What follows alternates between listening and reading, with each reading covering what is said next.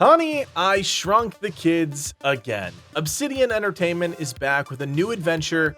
We've combed through every piece of footage we could find to unpack this exciting new co-op survival game. My name is Codiak, this is Legacy Gaming, and this is our ultimate preview for Grounded 2. Grounded 2 surprised all of us when it was announced at the Summer Xbox Showcase. Even more exciting was the July 29th release date, and as a channel that covered the first game back in 2020, Livid and myself couldn't be more excited to jump into a new survival adventure. The reveal trailer gave us a glimpse at Brookhollow Park, the setting for the new game, but it was actually an Xbox-run podcast that featured two of the leads on Grounded 2 that really gave us insight into the gameplay. I'm going to dive into as much as humanly possible, but keep in mind, things are going to change as Grounded 2 will be launching into early access, and a lot can happen over the course of development. So let's take it all the way back to the beginning. Grounded 2 takes place 2 years after the events of the first game. The four playable characters, called the Teens, are back, and you can play as Max, Hoops, Pete, or Willow in single-player or cooperative multiplayer. Instead of the backyard, the adventure will take place at Brookhollow Park, and following another freak accident during a statue dedication ceremony, you'll once again be shrunk down to the size of a bug and forced to survive amongst all of the things out there to defeat you. Early access, which starts on July 29th and will cost $30, will feature Act 1, which is the main area of Brookhollow Park, but here's the kicker. This starting area is equivalent to the entire map of the first game. That is massive, and if you remember exploring the backyard in Grounded, you'll quickly realize the potential for Act 1 in Grounded 2. We've actually seen a fair bit of what players can expect during the early access launch, including this neat bird's eye view via an in-game news broadcast, but from it we can glean quite a bit as this somewhat mirrors the world map. Based on the origin point of the smoke, it looks like things will start in the top right corner, the epicenter of the accident. This makes sense as it's furthest away from most of the major points of interest. Some of the notable locations we can clearly see or have seen gameplay of, including, in no particular order, the hot dog cart, which I have to imagine is a treasure trove of food-related loot, the tipped-over ice cream cart, which is a completely transformed biome where everything is frozen, the community picnic table with all sorts of scraps and leftovers strewn about, the garbage can, which looks to feature some sort of stink or toxic that certainly factors into our exploration, the video camera, which we see the teens somehow crack into, possibly hiding some valuable electronics for crafting. Also, an amplifier, which could fall into a similar category. We also know, based on that aerial image, that locations like the pond are very much in play, as well as the giant statue on the left side of the park. We also can't forget about the entire shed and greenhouse section in the back, which might not be available during the initial early access launch, but it's clearly a huge chunk of playable space. And that's only what we can see from the surface. There's a lot more happening underground, as you might expect if you played the first game. The developers even hinted at things like an anthill that's completely built around some toxic material, transforming the nature of that biome. Needless to say, right out of the gate, there are some fascinating big set pieces, and even more smaller set pieces that will most likely factor into our adventure in the park. We don't know too much about the Grounded 2 story, but we did learn bits and pieces from some of the pre-launch content, specifically that Burgle and Dr. Tully from the first game were also at the park during the freak accident. We've also seen plenty of gameplay of the four characters crawling through new versions of underground labs with ominous branding everywhere. It seems like that same interconnected mystery that drove the community into full-blown Sherlock Holmes mode the first time around is coming back, and the developers even said they're leaning into that mystery again, and more so. Outside of that, your guess is as good as mine in terms of how things will play out, but at the end of the day, we'll be exploring Brookhollow Park all in an effort to find a way to make ourselves regular-sized again. If you played the original Grounded even for a few minutes, you'll remember that bugs were the biggest threat in the backyard. And with Grounded 2 being a proper sequel, you can expect more bugs, bigger bugs, and of course, new bugs. There's a lot of returning favorites, like the red ant, which looks to function like they did in the first game, largely sticking to themselves but working together to maintain their colony. Orbweaver spiders are also back and a lot hairier with their enhanced graphics, and this time around they have an enhanced moveset with the ability to block attacks and even trap enemies in sticky webs. Other bugs returning to the game are the ladybug, stink bug, bee, larva, and mosquito. Although the team might opt to tweak some things around the edges like speed and damage values, I think these bugs are going to remain largely the same, which is completely fine because there are a slew of new and incredibly dangerous enemies we'll need to be on high alert for in Brookhollow Park. First, and probably the most present new enemy in all of the pre-launch trailers, is the Scorpion, a truly frightening enemy that not only has multiple ways to attack, but will also most likely deal poison damage. We also know that butterflies are in the game and are tied to mage-specific armor. More on that later. My guess is they'll be neutral, unless attacked, which of course we're going to do because we need their parts. We've also seen a couple shots of these massive caterpillars with all sorts of things protruding from their body. Now, I'm not positive, but it looks like those might be projectiles that the bug can shoot in a sort of artillery fashion. It's just a guess, but truly these might be the most terrifying thing I've seen in the game so far. While technically a returning bug, expect to see the Praying Mantis, I think, as a standard enemy in Grounded 2. Unlike the first game where it was a boss, I think we're going to find that the Praying Mantis is far deadlier when it has the freedom to roam around the park. Finally, there's the cockroach, an enemy the team could not stop talking about. Creepy and disgusting, cockroaches are known for one thing: survival, and one thing we do know is that they have the ability to block incoming attacks. Bugs will always be the enemy in Grounded games, and as the developer said multiple times ahead of launch, early access is just the first step, and much like how they expanded the original game, Grounded 2 will see more bugs introduced as more parts of the park are unlocked through development. However, bugs don't have to be the enemy, and one of, if not the coolest aspect of Grounded 2 is a system called Buggys. We will finally be able to befriend, utilize, and mount certain bugs throughout the game and make them an integral part of the experience. At early access launch, there will be 2 available Buggys to unlock: the red ant soldier and the Orbweaver spider. It's not entirely clear how we go about getting a Buggy, but the developers did say we would have to gather the required materials, most likely to create some sort of taming item specific to the bug we're trying to befriend.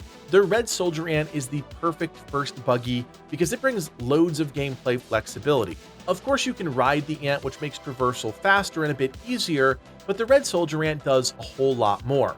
What I personally think is the most interesting aspect of this Buggy is your ability to gather and transport base materials, as well as continue to build, all while on the back of the bug.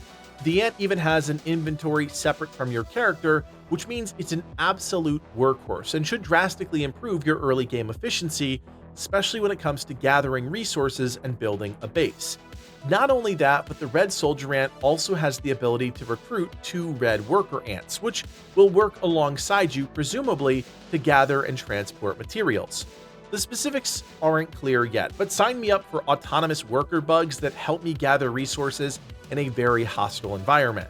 When push comes to shove, the red soldier ant can also be a combat ally, either while you're mounted or as a companion, akin to a hunter's pet.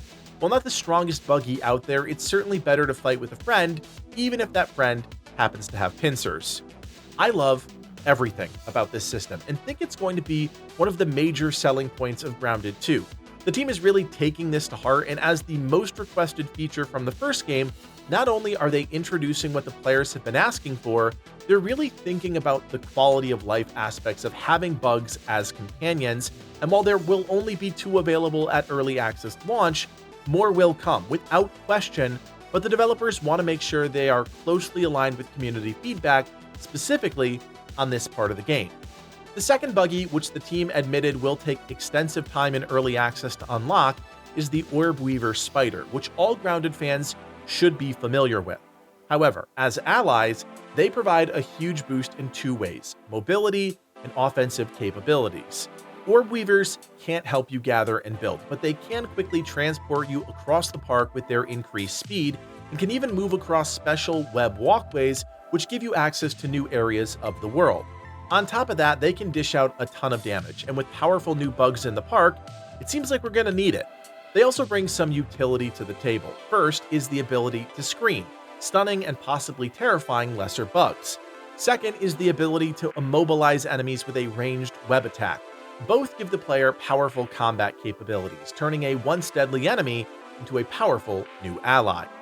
For anyone wondering, you can have multiple buggies, but a specific number hasn't been revealed quite yet. You can also name your buggy, build them a nest, and if you're so inclined, pet your buggy. More importantly, your buggy can die, and depending on your game's difficulty, that could mean going back to base for a cooldown period or outright dying. Grounded 2 features the same 4 playable characters, but this time around, I like to think they're better equipped for the adventure ahead. A lot of that comes down to the way the developers have reshaped gear and the way it changes a character's playstyle, and players will now be able to lean into very clear roles: warrior, ranger, mage, or rogue.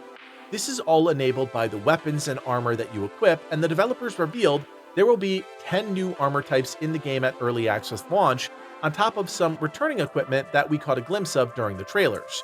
Now, we didn't actually get to inspect any of the armor sets in any of the pre-launch footage, but I have to imagine armor follows the same trend as the original game, giving you unique passive bonuses based on the set that you're wearing, helping push characters towards specific archetypes or some sort of hybrid if you mix and match your gear. Everything is driven, at least at early access launch, towards those 4 archetypes. Warriors excel at using melee weapons, specifically two-handers and sword and board setups. They are more tanky than the other archetypes and thus will be the ones taking the brunt of enemy attacks. Rangers, at least so far, seem to play out very similar to their grounded counterpart. We've seen returning weapons and armor in all of those gameplay clips, which leads me to believe the ranged playstyle isn't undergoing any sort of seismic changes. Mage is where I think things get really interesting. The developers said they put a lot of time into shaping the weapons and armor in a way that makes sense for the game, and as someone that has really come to love caster classes, this is what I'm most excited to check out. We know casters will want a set of butterfly armor early on, but how exactly a projectile-based magic system works in Grounded 2 is still unclear. Finally, there's the rogue, which really isn't about sneaking around and being all stealthy. Grounded 2's version of this archetype is really about outright damage, preferably in the form of ambush attacks if you can attack enemies from behind. As with most rogues in most games that I've played, I'm gonna guess this is a glass cannon high skill cap archetype, especially when the showcased weapons for the rogue are a pair of spider fang daggers. Just like in OG Grounded, gear is only part of the equation. Mutations are back, and we actually got a fair look at a number of options, both passive and active, that I think are worth highlighting.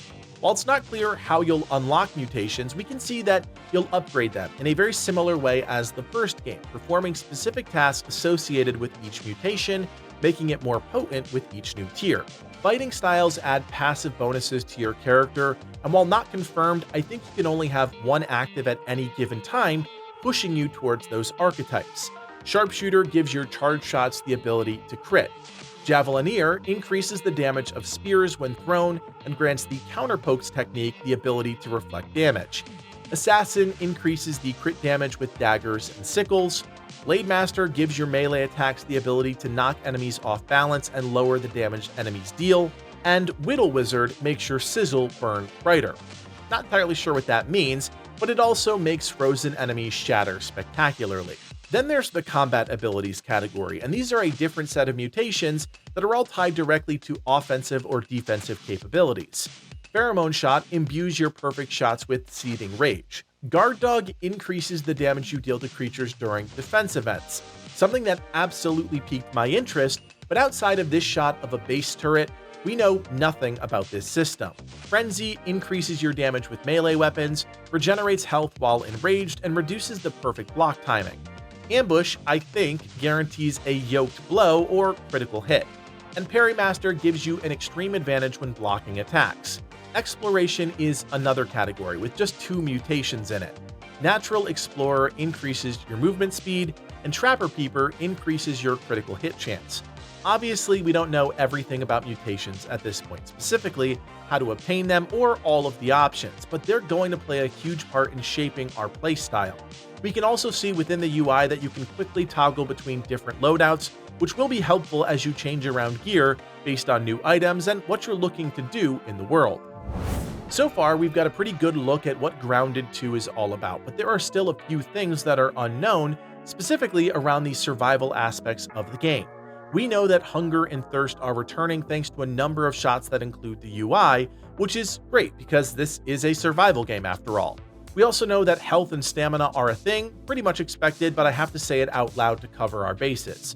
However, one of the biggest changes, one we unfortunately haven't seen in any of the pre-launch footage, is the introduction of an Omni tool, which combines the axe, hammer, shovel, and wrench, all of your utility items, into a singular equipable tool that helps cut down on inventory clutter.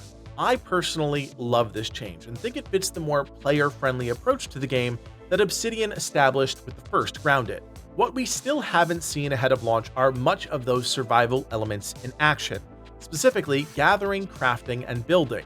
We can assume with relatively high confidence that all those things will return, most likely in similar form and fashion to the original game, but I expect a number of changes to workstations, building components, and just overall how refined the survival loop is. You have to imagine the team, starting from a clean slate, really took the opportunity to reimagine that pipeline, and it's something we're pretty excited to check out. More broadly, I'm also very excited about building in Grounded 2. By the 1.0 release of Grounded, the building system gave players hundreds of options for creating custom bases, and now with Grounded 2, it's possible that they pull all of those elements directly into the new game, or better yet, refine the building system again and make it even more enjoyable. It was already one of the better survival building systems out there, and this is the opportunity for Obsidian to clear that bar again.